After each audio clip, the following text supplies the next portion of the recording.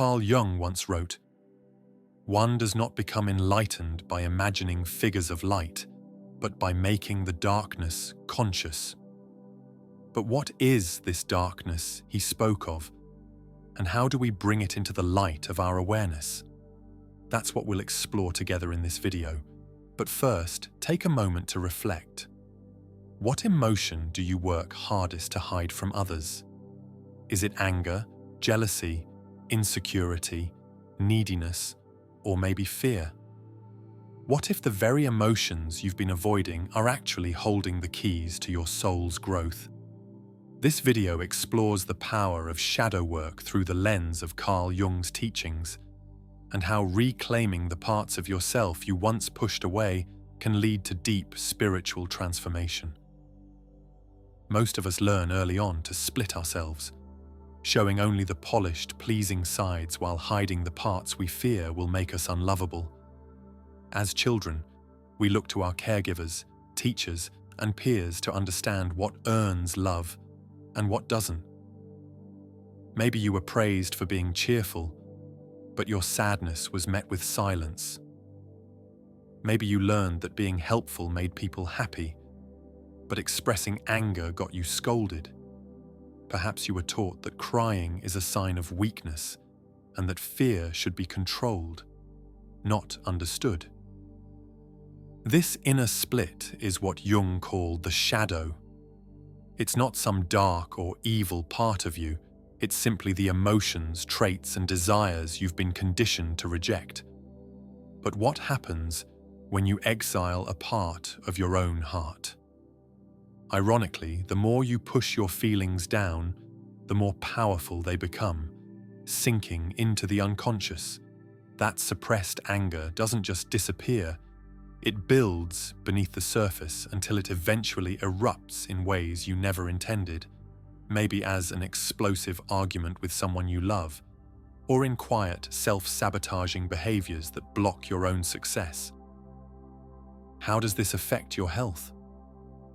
Our bodies keep the score of this internal struggle. The emotions and traits we suppress often show up as physical symptoms like chronic pain, anxiety, fatigue, or tension that never seems to ease. The unconscious doesn't stay silent. If we don't give those parts of ourselves a voice, they find other ways to speak. So how does your shadow show up in everyday life and in your relationships? The parts of ourselves we've rejected don't just shape our inner world, they also influence how we respond to those around us. Carl Jung called this projection, the unconscious habit of seeing in others what we haven't yet made peace with in ourselves. For instance, the shadow may reveal itself as irritation towards someone who expresses themselves freely, when deep down, a part of us longs for that same freedom but doesn't feel safe to claim it. It can also show up as resentment after saying yes to something we didn't want to do, simply because setting boundaries still feels uncomfortable.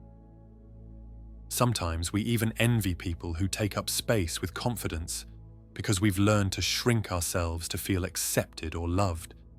You see, when the shadow goes unrecognized, it can keep us stuck in the same relationship patterns and emotional loops, leaving us to wonder why we keep getting triggered.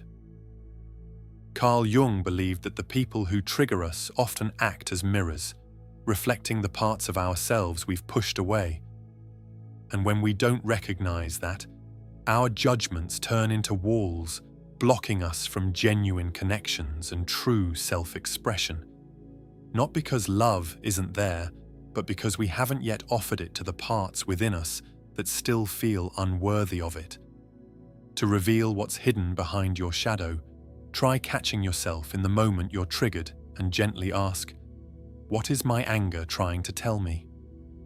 The answer might reveal something unexpectedly tender, like the pain of feeling unseen or dismissed by someone you love and trust.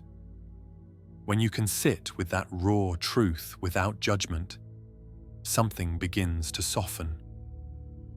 And from that space, you can begin to respond with clarity instead of reacting from pain. This is the beginning of shadow integration, recognizing that your emotions aren't enemies, but messengers wanting to be heard. But what happens when those uncomfortable emotions stay buried? When left unacknowledged, your shadow self will only grow stronger, quietly directing your life from the unconscious. It becomes the silent architect of your choices, your fears, and your stuckness. But when you meet it with awareness, it becomes something else entirely, a doorway to deeper healing and a more honest version of yourself. Jung taught that the shadow doesn't only contain darkness or pain. It also holds your instincts, your voice, your brilliance, the very essence of your power. The parts of yourself you've been taught to hide may actually be the most alive. You could even say the shadow is a hidden well of untapped energy waiting to be transformed. Take anger, for instance. When acknowledged and channeled with care, anger becomes courage. It rises to protect your boundaries and grounds you in self-respect. Instead of erupting in explosive outbursts, this fierce energy can be transformed into empowered assertiveness, giving you the ability to say no with clarity and conviction. The same alchemy exists in other rejected emotions, like grief, for example. It's easy to avoid by throwing yourself into work, staying busy, or numbing yourself with distractions just to get through the day. But when you finally allow yourself to sit with it, grief reminds you of what truly matters: your relationships, your love, your losses. Your tears reveal what still touches your heart. And fear, it isn't failure, it's a signal. It points to the places in your life that need attention, asking you to face your challenges with courage, not avoidance. This is the essence of emotional alchemy. Honoring your most difficult emotions, extracting their wisdom, and allowing them to transform your experience. So how do you begin naming your shadows? One powerful place to start is by gently revisiting your early years. Ask yourself, what parts of me felt accepted as a child? And which parts were met with criticism, silence, or shame? What emotions did I learn to hide in order to feel safe or loved? These aren't always easy questions, but they can help you trace the roots of the traits you've pushed into shadow. Your shadow often forms in the moments you felt misunderstood, unseen, or judged. And it doesn't disappear with time. The patterns it creates tend to repeat until you slow down, reflect, and bring them into the light. That's what Jung meant by individuation, and it's echoed in the Hermetic principle of polarity, that shadow and light aren't enemies, but two sides of the same truth. As you begin to work with your shadow, just remember, there's no need to rush. Sometimes in our eagerness to heal, we can fall into spiritual bypassing. That's when we try to skip over the uncomfortable parts by reaching for positivity too quickly, or pretending we're already fine when we're not. Integrating your shadow isn't about rising above your human experience.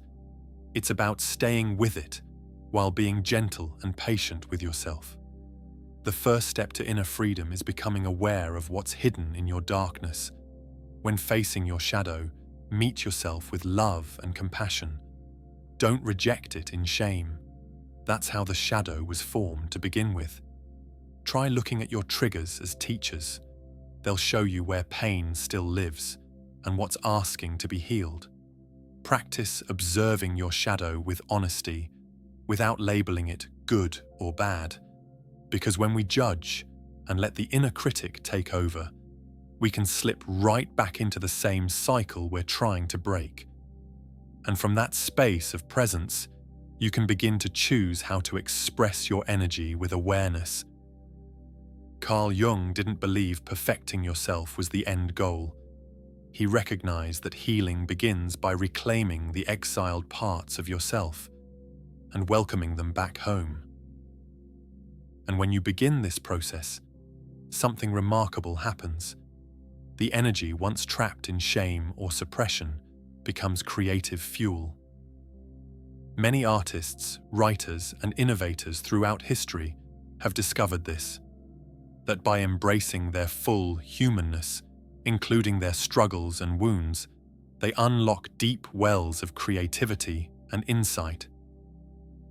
As you grow in compassion for yourself, you start seeing others differently too. You recognize in them the same struggles you've faced, building bridges of understanding. You stop needing people to be perfect, and suddenly, connection becomes possible in a way it never was before. That's the quiet power of shadow work. It invites you to become your authentic self.